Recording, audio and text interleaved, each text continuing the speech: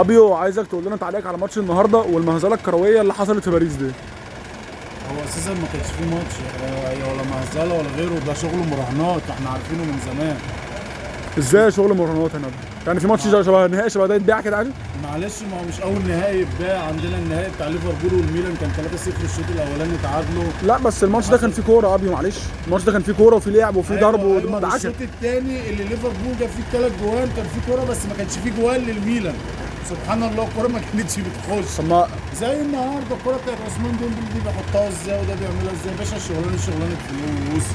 اسمع من ابيو الخبره. انت تحب تقول لي ابيو وانا ايه؟ حمشوا ابيو. بعد كده تقول لي ابيو على عبد الوهاب. الشغلانه دي شغلانه فلوس وشغلانه مراهنات، قسما بالله شغلانه مراهنات. اصحوا يا جدعان شويه. هتقول لي كاس عالم كاس عالم مراهنات.